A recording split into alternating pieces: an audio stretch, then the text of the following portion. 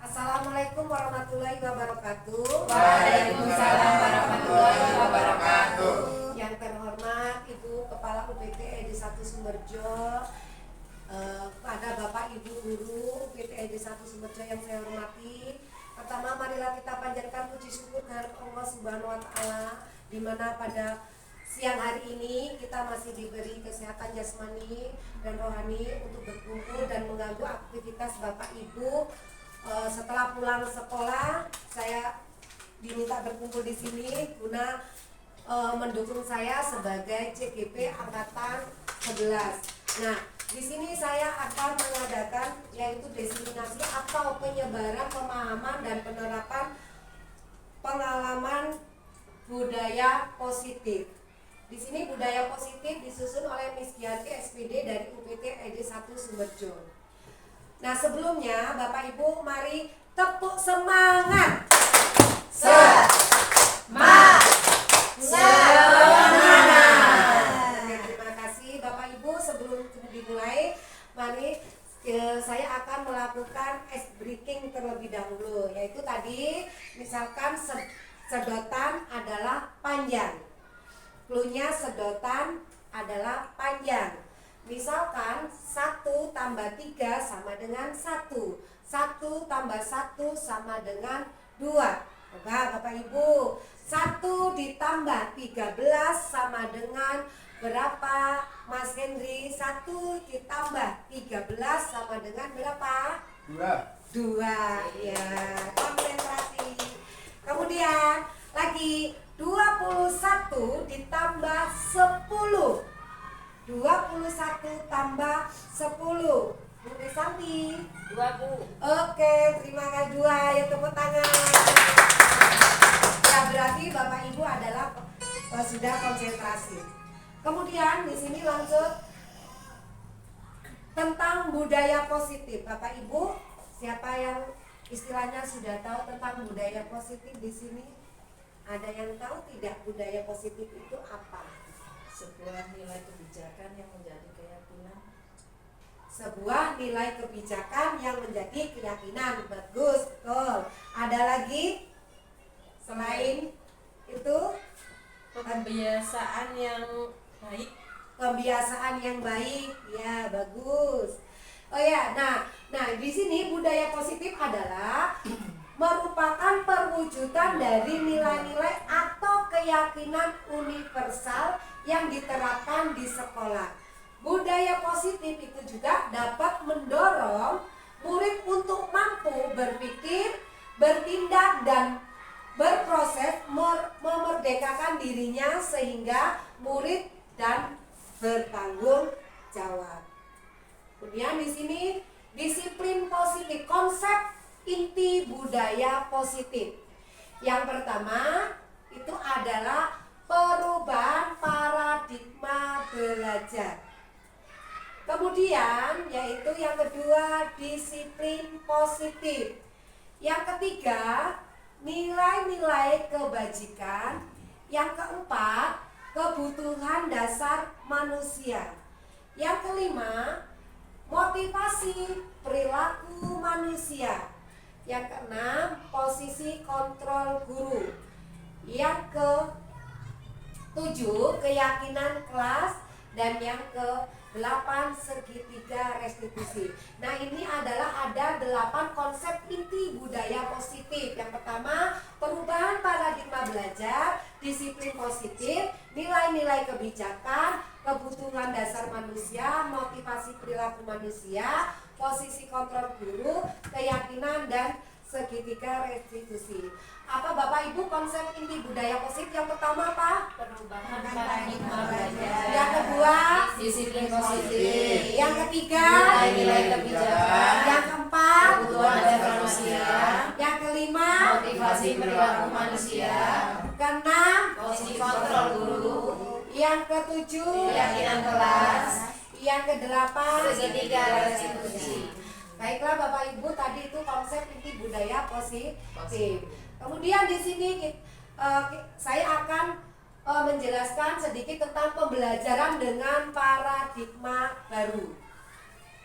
Nah, pembelajaran dengan paradigma baru itu merupakan pembelajaran yang dirancang berdasarkan prinsip pembelajaran berdiferensiasi, sehingga para peserta didik belajar sesuai kebutuhannya berdasarkan tahap perkembangan sesuai teori psikologi modern untuk mewujudkan profil pelajar Pancasila. Jadi berdiferensiasi itu apa sih Bapak Ibu? Pembelajaran berdiferensiasi apa? Pembelajaran yang sesuai kebutuhan peserta didik atau siswa. Nah, di sini dalam membangun budaya positif, sekolah dapat menyediakan lingkungan yang positif, aman, nyaman, agar siswa mampu berpikir, bertindak, dan menciptakan dengan merdeka, mandiri, dan bertanggung jawab. Nah, disiplin sangat berkaitan dengan kontrol guru terhadap peserta didik. Nah, perubahan paradigma dalam pembelajaran ini menuju peserta didik yang berkarakter sesuai dengan profil pelajar Pancasila, yaitu profil pelajar Pancasila yang pertama apa Bapak Ibu? Beriman dan bertakwa kepada Tuhan Yang Maha Esa. Yang kedua, berakhlak mulia. Kemudian mandiri, bergotong royong, kreatif, berkebinekaan global. Nah, ini. Kemudian miskonsepsi tentang teori kontrol. Di sini lanjut tentang teori kontrol. Nah, di sini ada gambaran ya. Eksekusi guru mengontrol murid. Nah, itu ada mengontrol murid bahwa semua penguatan positif, efektif, dan bermanfaat. Kemudian ada ilusi bahwa kritik dan membuat rasa bersalah mampu menguatkan karakter. Kemudian ilusi bahwa orang dewasa berhak memaksa. Ini adalah miskonsepsi tentang teori kontrol. Ini miskonsepsi berarti apa? Salah paham tentang bahwa guru itu mengontrol murid, padahal guru itu tidak boleh mengontrol murid.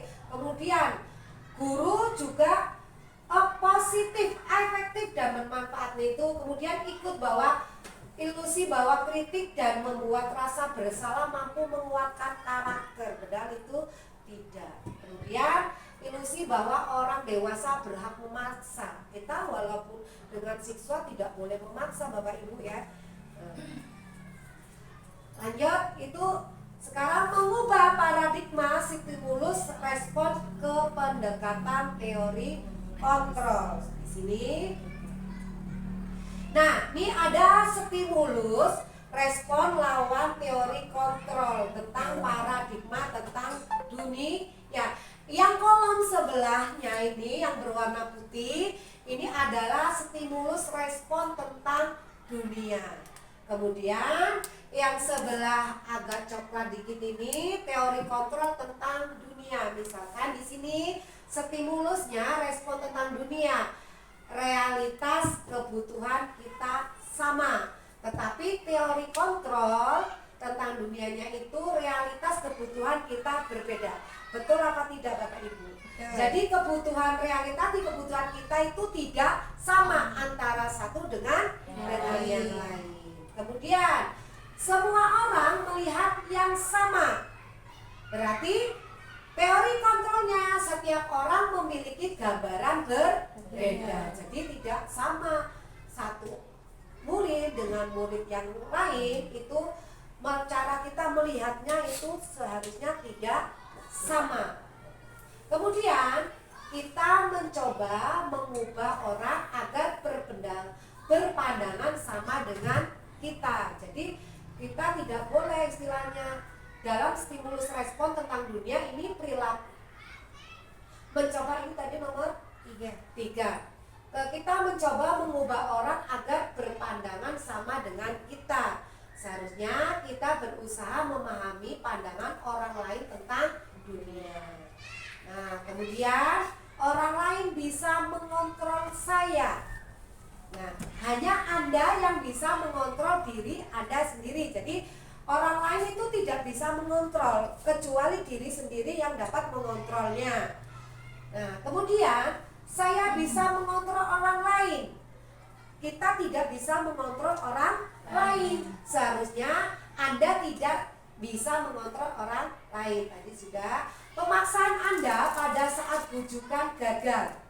Kemudian teori kontrolnya, kolaborasi dan konsensus menciptakan pilihan-pilihan baru. Nah, model berpikir menang atau kalah. Ini modelnya berpikir menang. Jadi tidak boleh model berpikir itu kita nanti harus menang dan kalah biasa. Tetapi kita teori kontrol tentang dunianya itu seharusnya model berpikirnya kita harus menang gitu. Nah, itu adalah mengubah paradigma stimulus respon ke pendekatan teori kontrol pandangan tentang dunia. Lanjut ya Bapak Ibu. Di sini yang kedua tentang disiplin positif. Kita lanjut. Adakah Bapak Ibu yang tahu pengertian apakah disiplin positif itu? Sebelum saya jelaskan, adakah yang tahu apa tentang disiplin positif itu? Ayo, siapa? Bu Nati, boleh? Disiplin yang menguntungkan. Disiplin yang menguntungkan. Terus ada lagi disiplin positif itu apa? Selain disiplin yang menguntungkan, bagus sekali Bu Nati. Sama. Oke. Ya, kita simak bersama-sama. Nah, disiplin itu berasal dari kata disiplina yang artinya belajar. Nah, disiplin mengacu pada disiplin diri yang memiliki tanggung jawab terhadap apa yang dilakukan berdasarkan nilai-nilai keyakinan. Nah, disiplin positif di sini adalah pembiasaan hal yang baik, mencakup sikap atau perilaku maupun tutur kata oleh seluruh warga di sekolah, terutama bagi murid agar dapat berkembang menjadi pribadi yang kritis, mandiri, dan bertanggung jawab. Di sini sebagian pendidik, nah di sini kita sebagai guru dan pendidik, tujuan kita adalah menciptakan peserta didik yang memiliki disiplin diri sehingga mereka berperilaku mengacu kepada nilai-nilai kebijakan universal dan memiliki motivasi dalam diri menuju perubahan perilaku ke arah yang lebih baik. Jadi kita sebagai guru ini harus menciptakan peserta didik yang memiliki disiplin diri sendiri, yaitu untuk menciptakan perilaku apa Bapak Ibu? Iya, menciptakan disiplin positif. Ya Allah Bapak Ibu, mana suaranya? Ini suaraku. Mana? Ini. Oke, terima kasih. Lanjut Bapak Ibu, di sini ada nilai-nilai kebajikan, nilai-nilai kebajikan. Nah, nilai-nilai kebajikan yang disepakati bersama. Jadi nilai-nilai kebajikan itu adalah nilai-nilai kebajikan yang disepakati bersama, lepas dari suku bangsa, agama, bahasa maupun latar belakangnya. Di sini ada salah satu contoh nilai kebajikan. Yang pertama itu profil pelajar Pancasila. Ini adalah salah satu contoh nilai kebajikan, yaitu profil pelajar Pancasila. Nah, yang isinya nilai profil pelajar Pancasila yaitu beriman kepada Tuhan Yang Maha Esa dan berakhlak mulia. Kemudian mandiri, terus bernalar kritis, berkebinekaan global, bergotong royong kreatif. Bapak Ibu masih ingat lagunya? Masih ingat lagu tentang pelajar profil pelajar Pancasila? Ya, kita nyanyikan bersama-sama. 1, 2, 3. Pelajar Pancasila beriman dan bertakwa pada Tuhan Yang Esa dan berakhlak mulia, berkebinekaan global, gotong royong mandiri, kreatif dan bernalar kritis. Nah, ini adalah tadi nilai-nilai kebajikan. Selanjutnya di sini ada 4 kebutuhan dasar manusia. Jadi di sini ada yang keempat itu kebutuhan dasar manusia. Nah, kebutuhan dasar manusia itu apa Bapak Ibu? Kebutuhan dasar manusia yaitu merupakan sesuatu yang kita lakukan untuk mendapatkan apa yang kita inginkan. Jadi kebutuhan dasar itu sesuatu yang harus kita lakukan untuk mendapat apa yang kita inginkan. Nah, seluruh tindakan yang kita lakukan yaitu memiliki tujuan. Semua usaha terbaik yang kita lakukan agar kebutuhan dasar kita terpenuhi dengan baik. Nah, di sini ada kebutuhan dasar manusia. Yang pertama, kebutuhan bertahan hidup. Kasih, sayang, dan rasa diterima. Kemudian ada kekuasaan, kebebasan, dan kesenangan. Nah, bertahan hidup, kebutuhan bertahan hidup yaitu ada makanan, pakaian, tempat tinggal, keamanan, dan kesehatan. Ini adalah kebutuhan bertahan hidup. Kemudian kasih sayang dan rasa diterima, yaitu contohnya rasa diterima, dipedulikan, kasih sayang dalam pertemanan dan menjadi bagian dalam kelompok. Kemudian kekuasaan, di sini ada harga diri, keinginan untuk memimpin, dianggap memimpin, berprestasi, diakui, dimengerti, dan didengar. Jadi kekuasaan itu contohnya misalkan anak kita kepinginnya di harga diri, keinginan, nah dianggap sebagai pemimpin, berprestasi, diakui, ini kepingin diakui, kemudian dimengerti dan didengar. Kemudian kebutuhan kebebasan yaitu mandiri, memiliki pilihan, mencoba hal baru, dan menentukan arah dirinya. Dan yang kelima yaitu kesenangan, yaitu mencari kesenangan bermain dan tertawa. Di sini ada 3 motivasi perilaku manusia. Nah, di sini untuk menghindari motivasi perilaku manusia ada yang pertama untuk menghindari ketidaknyamanan atau hukuman. Nah, kemudian untuk mendapat imbalan atau penghargaan dari orang lain. Nah, di sini untuk menghindari ketidaknyamanan atau hukuman, untuk mendapatkan imbalan atau penghargaan dari orang lain itu disebut motivasi eksternal.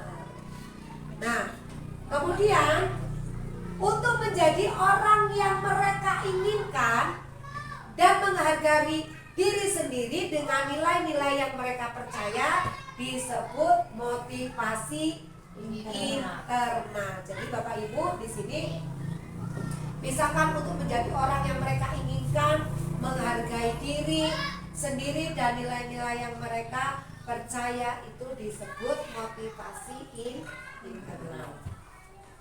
Nah, di sini ada motivasi perilaku manusia. Di sini ada hindari hukuman dan memberikan penghargaan berlebihan agar meminimalisir motivasi eksternal pada murid. Nah, di sini ada untuk menjadi orang yang mereka inginkan dan menghargai diri sendiri dengan nilai-nilai yang mereka percaya. Ini dinamakan motivasi apa tadi Bapak Ibu? Internal. Nah, ini contohnya hindari hukuman dan pemberian penghargaan berlebihan agar meminimalisir motivasi eksternal pada murid. Nah, di situ jadi kita boleh memberikan penghargaan, tetapi jangan terlalu berlebihan. Nah, di sini ada 6 posisi kontrol guru. Nah, di sini kita sebagai posisi kontrol guru, kita sebagai posisi apa? Nah, di sini ada 5 macam posisi kontrol guru. Yang pertama sebagai penghukum, kemudian di sini adalah pembuat merasa bersalah. Kemudian yang ketiga teman, guru sebagai teman, kemudian guru sebagai pemantau dan guru sebagai manajer. Jadi ada 5 posisi kontrol kita sebagai guru. Yang pertama sebagai penghukum, ada pembuat merasa bersalah, ada teman sebagai teman dan sebagai pemantau dan sebagai manajer.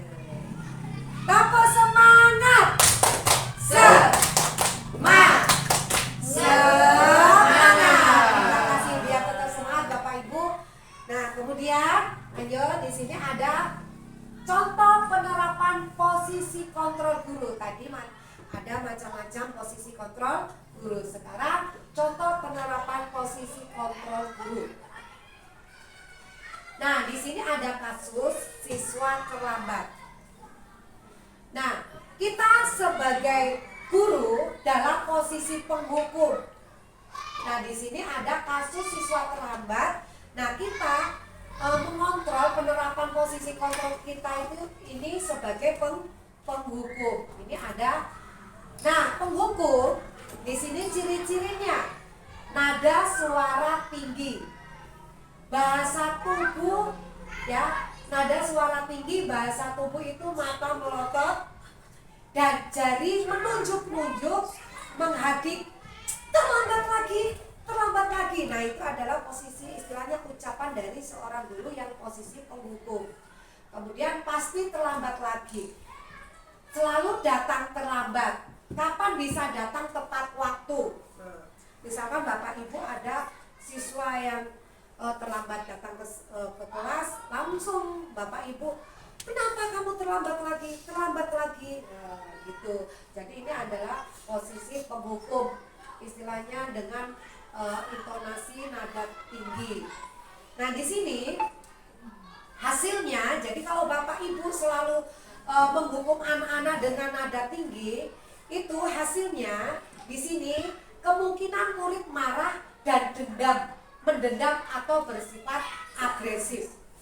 Nah, ini jadi ingat ya Bapak Ibu, kalau Bapak Ibu istilahnya sebagai posisi penghukum, itu nanti sama anak diingat sampai tua, ya. Jadi misalnya, nah ini kemungkinan anak marah dan mendendam atau bersifat agresif, malah anak itu tidak istilahnya tidak apa ya, tidak mau tidak mau berubah dan tidak mau istilahnya nasihat dari kita. Jadi menjalankan apa yang sudah kita nasihati.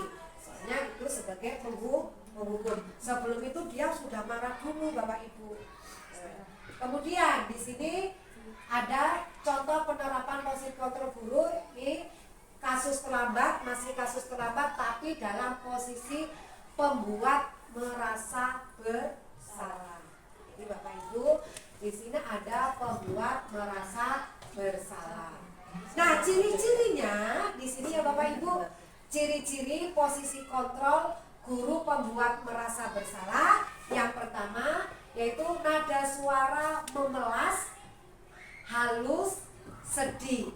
Jadi kalau guru merasa anak membuat merasa bersalah, yaitu dengan suara memelas, halus, sedih, dengan bahasa tubuh merapat pada anak, terus lesu. Nah, contohnya dengan kata-kata, "Adi, kamu ini bagaimana ya? Kamu sudah berjanji dengan ibu tidak akan terlambat lagi. Kamu kenapa ya senang sekali mengecewakan ibu? Ibu benar-benar kecewa sekali." Nah itu dengan kata-kata seperti itu siswa akan membuat merasa bersalah. Jadi ya Allah, iya ya kemarin sudah sama guru dinasihati kok saya datang terlambat lagi, itu merasa bersalah. Hasilnya Bapak Ibu dengan kata-kata pembuat merasa bersalah itu hasilnya murid akan merasa bersalah. Kemudian murid akan merasa menjadi orang yang gagal dan tidak sanggup membahagiakan orang lain. Emosi akan tertanam rapat di dalamnya. Murid menahan perasaan. Jadi merasa bersalah, menahan perasaannya Bapak Ibu. Kemudian di sini ada contoh penerapan posisi kontrol guru yang ketiga, yaitu masih kasus terlambat. Di sini ada posisi kontrol guru sebagai teman. Kontrol guru sebagai teman. Di sini nada suara ramah, akrab, bercanda, dengan bahasa tubuh merapat pada murid, mata dan senyum jenaka. Nah, Adi, ayolah, bagaimana sih kamu kemarin kamu sudah janji ke Bapak Burhan, kepada Bapak bukan? Kenapa terlambat lagi? Nah, dia itu gurunya itu sambil tertawa ringan, ya bercanda. Itu kenapa sih Adi, kamu kok terlambat kemarin? Nah, sambil tertawa dan bercanda. Ya sudah, tidak apa-apa, duduk dulu sana, nanti Pak Guru bantu kamu ini. Nah, sambil senyum. Di sini ini adalah contoh posisi kontrol sebagai teman, sambil senyum. Itu menegurnya sambil senyum, ya. Kemudian hasilnya Bapak Ibu di sini bukannya itu ya, hasilnya seolah-olah nih murid akan merasa senang dan akrab dengan guru. Bila ada masalah, dia merasa bisa mengandalkan guru tersebut untuk membantunya. Jadi siswa itu mengandalkan, misalkan yang menegur bukan di sini bukan Pak Birin, karena menjadi sahabatnya dia tidak akan nurut. Jadi dia nurutnya cuma dengan Bapak Sobirin saja, karena sebagai teman. Nah, di situ. Kemudian posisi kontrol selanjutnya yaitu masih tentang kasus terlambat, yaitu pemantau. Guru sebagai pemantau. Nah, di sini nada suara datar, bahasa tubuh yang formal, yaitu guru. Adi, tahukah kamu jam berapa kita memulai? Guru, kamu terlambat 15 menit. Apa kamu sudah mengerti konsekuensinya? Ya, konsekuensinya yang harus dilakukan bila terlambat. Guru, ya benar, nanti pada saat jam istirahat kamu harus tinggal di kelas untuk menyelesaikan tugas yang tertinggal tadi saya tunggu, ya. Jadi Ini adalah posisi pemantau. Nah, di sini hasilnya Bapak Ibu, nah murid memahami konsekuensi yang harus dijalankan karena telah melanggar salah satu peraturan sekolah. Murid tetap dibuat tidak nyaman, yaitu dengan harus tinggal kelas pada waktu jam istirahat dan mengerjakan tugas. Jadi Bapak Ibu, posisi kontrol guru pemantau ini yaitu membuat anak tidak nyaman. Karena apa? Temannya sudah istirahat, dia mengerjakan tugas di kelas sendiri. Jadi ini posisi kontrol guru sebagai pemantau. Kemudian di sini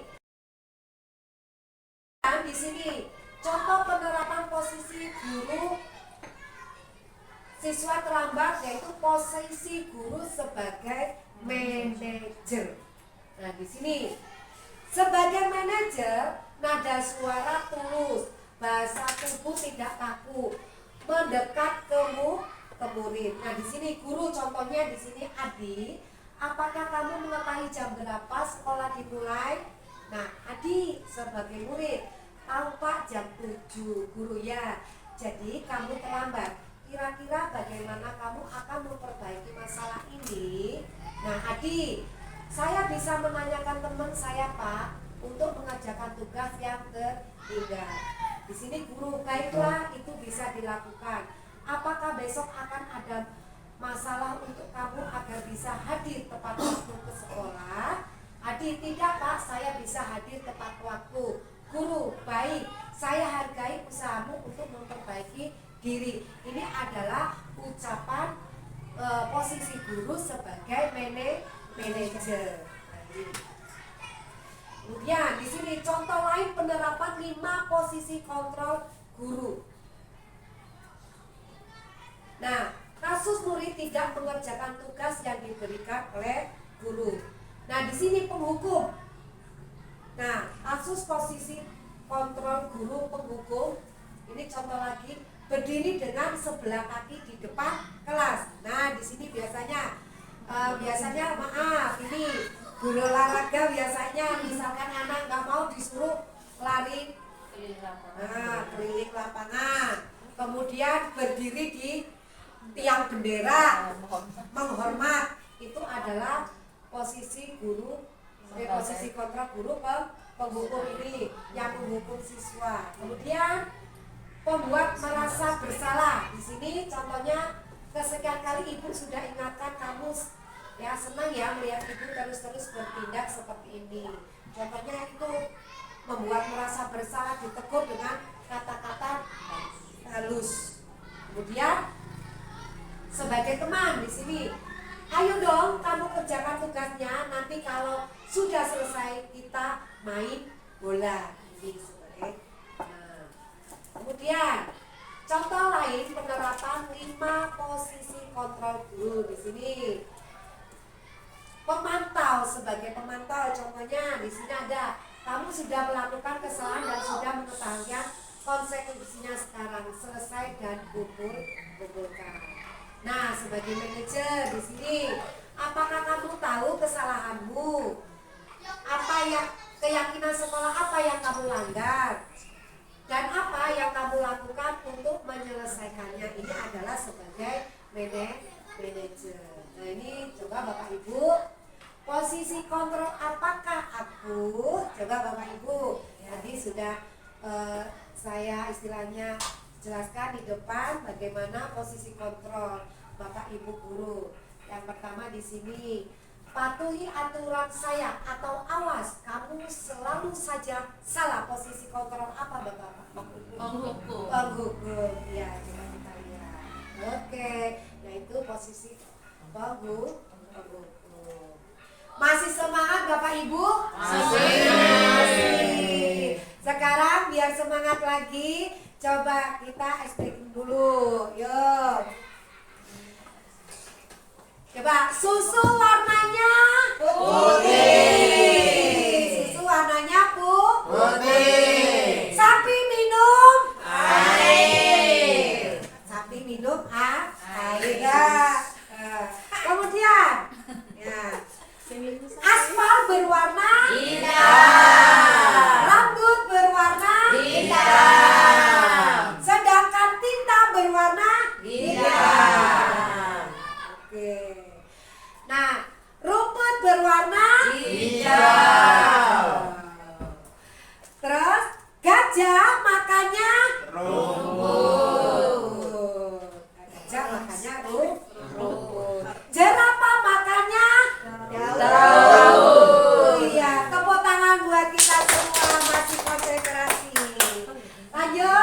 Posisi kontrol Kak, apakah aku?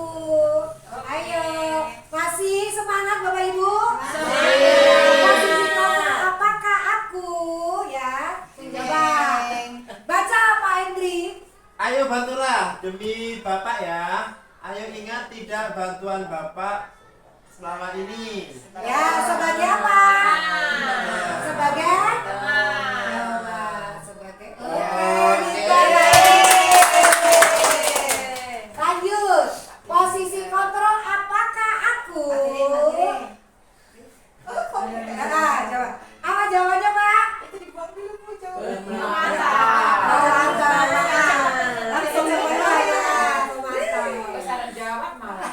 Ya, posisi kontrol apakah aku? Coba Pak Bere. Pak. Baca Pak. Ibu sangat kecewa sekali dengan kamu. Nah, Kamu harus memberitahu kamu ya. posisi apa? Membuat merasa bersalah dengan kata-kata lu. Ibu sangat kecewa sekali dengan kamu. Berapa kali Bapak harus memberitahukan kamu ya. Nah gitu. Oke.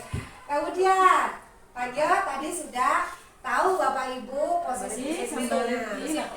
Nah, lanjut. Lanjut Bapak Ibu tentang keyakinan kelas. Nah Bapak Ibu, ini keyakinan kelas ini siapa sih yang sudah tahu itu apa keyakinan kelas? Siapa yang tahu? Kelas apa ya? Peraturan yang disepakati. Iya, peraturan yang disepakati oleh siswa peraturan. Terus adalah kemudian mengapa keyakinan kelas? Mengapa bukan peraturan kelas? Ayo di sini. Karena kemauan dari murid-muridnya. Ya, mana apa? Keyakinan kelas apa? Bukan, mengapa bukan peraturan kelas? Ayo Nana. Karena lebih kepada keinginan dari si peserta didiknya. Oke, bagus, tepuk tangan. Nah, di sini bukan. Nah, kenapa kok bukan peraturan kelas? Jadi keyakinan kelas di sini, keyakinan kelas merupakan kesepakatan kelas yang diyakini bersama guru dan murid dengan harapan dapat meningkatkan kedisiplinan murid. Jadi di sini keyakinan kelas itu apa tadi Bapak Ibu? Dapat meningkatkan apa? Kedisiplinan murid. Nah, keyakinan kelas berupa pernyataan universal dibuat dalam bentuk positif dan bersifat abstrak. Nah, keyakinan kelas hendaknya tidak terlalu banyak sehingga mudah diingat dan dipahami. Semua warga kelas ikut berkontribusi dalam pembuatan keyakinan kelas lewat kegiatan pengutaraan pendapat. Jadi Bapak Ibu dalam membuat keyakinan kelas bukan dari guru sendiri, tetapi Bapak Ibu harus berkolaborasi dengan semua warga kelas, yaitu utamanya adalah peserta didik kita atau murid. Nah, di sini itu adalah membuat keyakinan kelas. Bapak Ibu dalam pembuatan keyakinan kelas itu setiap kelas itu kemungkinan akan berbeda atau sama sih Bapak Ibu? Berbeda. Karena apa? Emang dalam musyawarah dalam pembuatan keyakinan kelas itu yang menentukan adalah siswa kelas masing-masing. Nah, di sini pembentukan keyakinan kelas. Yang pertama, pembentukan keyakinan kelas yang pertama bersifat lebih abstrak daripada peraturan yang lebih rinci dan konkret. Kemudian yang kedua, keyakinan kelas berupa pernyataan-pernyataan universal. Kemudian pernyataan keyakinan kelas senantiasa dibuat dalam bentuk positif. Keyakinan kelas hendaknya tidak terlalu banyak sehingga mudah diingat dan dipahami oleh semua warga kelas. Semua warga kelas hendaknya ikut berkontribusi dalam pembuatan keyakinan kelas lewat kegiatan curhat pendapat. Jadi Bapak Ibu dalam membuat keyakinan kelas ini ada 5 tahap, yaitu yang pertama bersifat lebih abstrak, dan selanjutnya di sini semua warga kelas hendaknya ikut berkontribusi, jadi ikut berperan semua. Di sini ada pembentukan keyakinan, contoh pembentukan keyakinan kelas yang sudah saya buat di kelas sebelumnya. Maaf.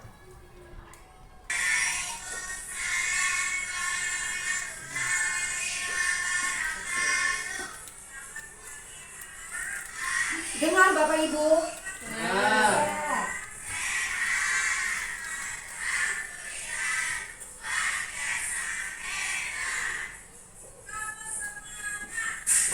Dimulai dari pembukaan kelas. Dimulai dari pembukaan kelas, kemudian penyampaian konsep.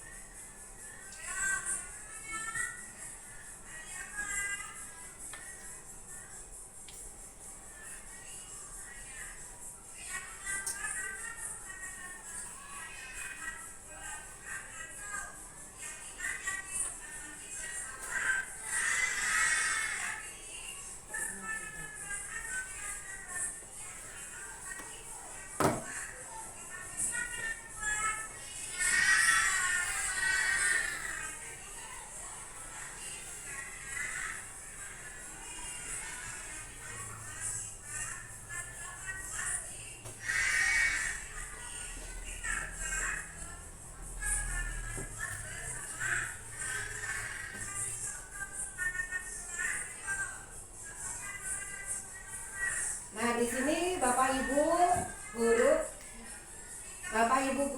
ini gurunya ya, kita sebagai guru memberikan contohnya dulu apa sih kesepakatan kelas itu, kata-kata yang harus ditulis.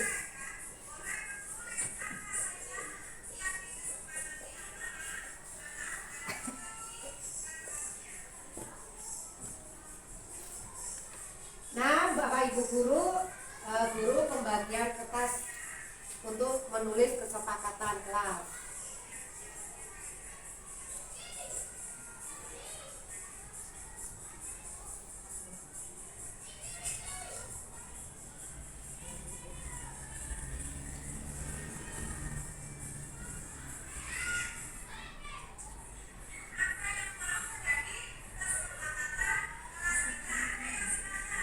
Nah, di sini setelah pembagian kertas, anak diminta untuk menulis kesepakatan kelas apa yang anak-anak inginkan.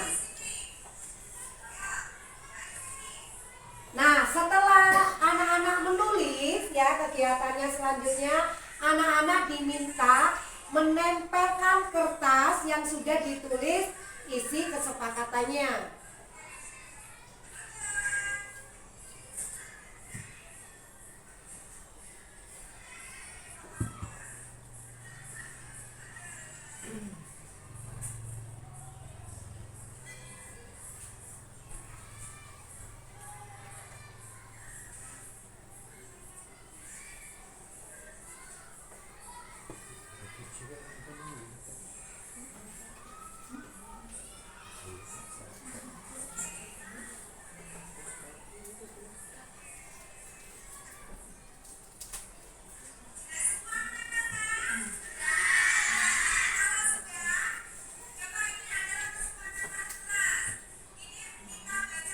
Setelah anak-anak menempelkan kesepakatan kelas, guru menyeleksi, ya, menyeleksi kesepakatan kelas yang sama. Nah, menyeleksi kesepakatan kelas. Nah, yang sama nanti diambil salah satu.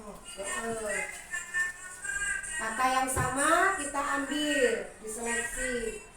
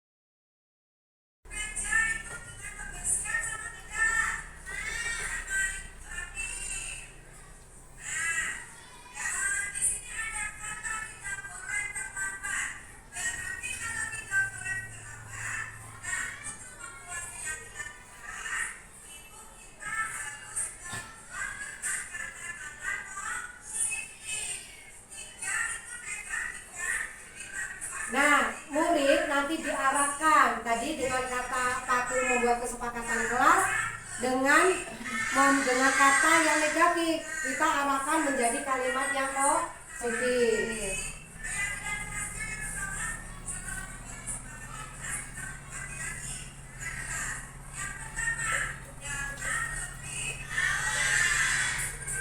Setelah ada itu mencatat keyakinan kelas yang sudah disepakati oleh siswa.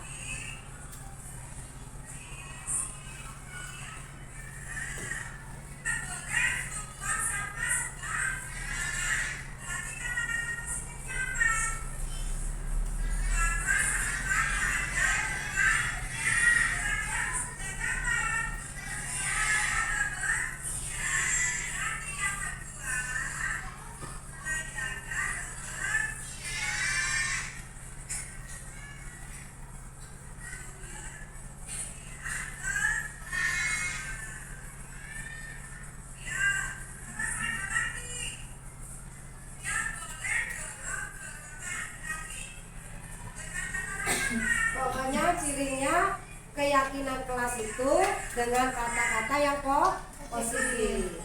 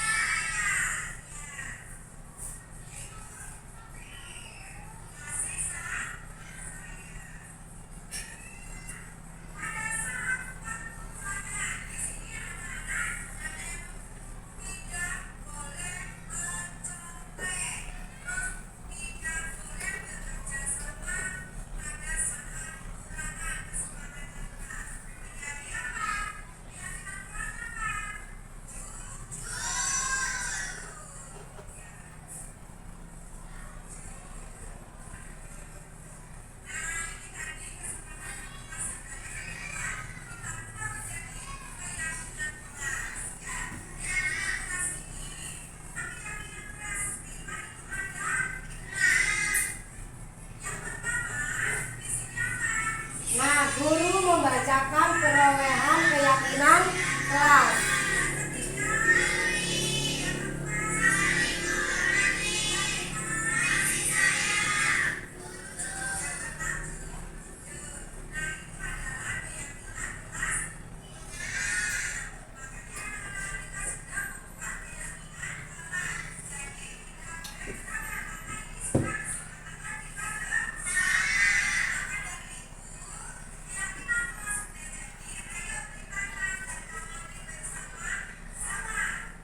Nah, setelah kesepakatan kelas, jadi Bapak Ibu diminta siswa diminta untuk menandatangani keyakinan kelas.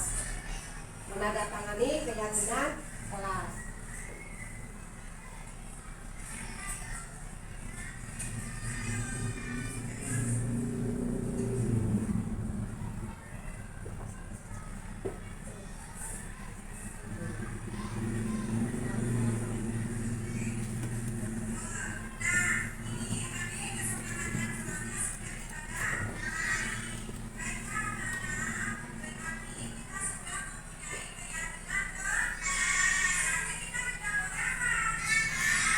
Bapak Ibu tadi contoh pembuatan keyakinan kelas. Nanti semoga Bapak Ibu nanti di kelasnya Bapak Ibu diminta membuat keyakinan kelas. Sudah membuat keyakinan kelas Bapak Ibu? Ya, ada yang sudah, ada yang belum. Ya, mudah-mudahan dengan contoh yang sudah saya lakukan ini Bapak Ibu punya gambaran bagaimana cara membuat keyakinan kelas.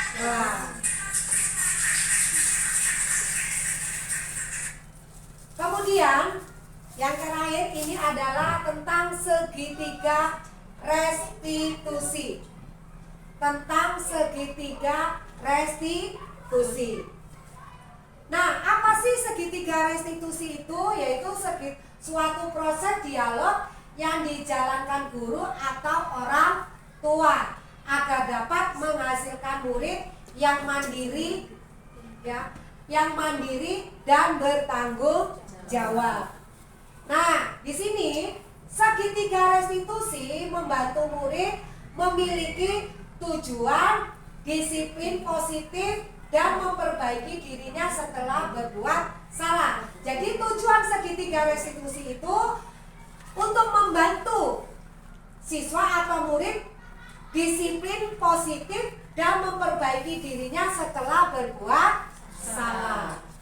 Nah, restitusi bukan untuk menembus kesalahan, namun untuk belajar dari kesalahan. Jadi Bapak Ibu, segitiga restitusi itu bukan untuk menebus kesalahan, namun untuk belajar dari kesalahan. Nah, segitiga restitusi yang pertama itu menstabilkan identitas. Yang kedua, validasi tindakan yang salah. Yang ketiga, menanyakan keyakinan. Di sini menstabilkan identitas. Nah, berdasarkan prinsipnya, membuat kesalahan adalah bagian dari proses pembelajaran. Kemudian, menggeser identitas gagal ke identitas sukses. Ini di sini kata-kata menstabilkan identitas. Berbuat salah itu wajar. Tidak ada manusia yang sempurna. Ibu bapak juga pernah melakukan kesalahan. Ibu bapak tidak mau mencari siapa yang salah, tapi ibu bapak ingin mencari solusi dari permasalahan ini. Kamu berhak merasa begitu. Itu adalah contoh kata-kata kalimat menstabilkan identitas. Kemudian validasi tindakan yang salah di sini berdasarkan prinsip setiap perilaku berupaya memenuhi suatu kebutuhan tertentu. Di sini guru akan bergeser dari pemikiran stimulus, respon menjadi proaktif. Kemudian mengenali dan mengakui kebutuhan murid akan memperbaiki hubungan dengan murid. Contohnya di sini kalimatnya, pasti kamu punya alasan mengapa melakukan hal ini.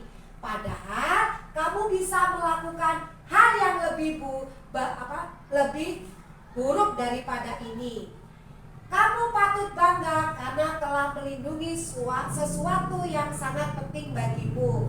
Kamu melakukannya karena mempertahankan sesuatu yang penting bagimu. Kemudian di sini menanyakan keyakinan. Murid akan diberikan pertanyaan pertama yang bermakna untuk memunculkan motivasi secara intriksi. Kemudian mampu mengaitkan keyakinan dengan tindakan yang salah. Nah, contoh kalimatnya. Apa keyakinan kelas kita? Nilai-nilai apa yang telah disepakati bersama? Seperti apa gambaran kelas yang ideal menurut kamu? Kamu ingin menjadi orang seperti apa? Nah, ini adalah contoh kalimat menanyakan keyakinan. Nah, di sini Bapak Ibu ada contoh penerapan keyakinan yang telah saya buat pada siswa yang berkelahi. Coba Bapak Ibu di sini ya. Ada contohnya.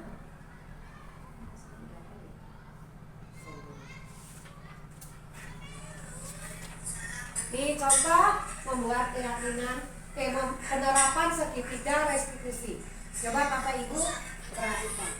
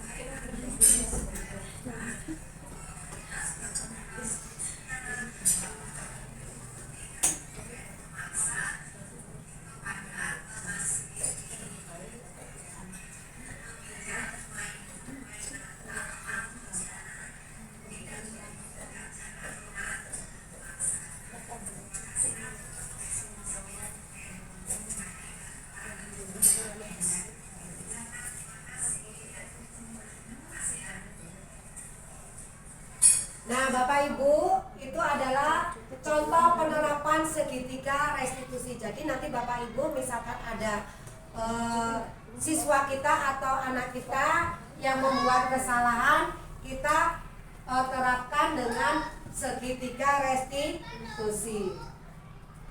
Nah, di sini kita kesimpulan. Jadi Bapak Ibu, setelah materi ini kita ada kesimpulan, yaitu dengan menggali filosofi segitiga restitusi, merumuskan keyakinan kelas dan mempraktikkan strategi disiplin positif, guru memiliki bekal yang kuat untuk membangun sekolah impian di mana setiap murid dapat belajar, bertumbuh, dan berkembang dengan optimal yang dapat membantu mewujudkan tujuan pendidikan nasional.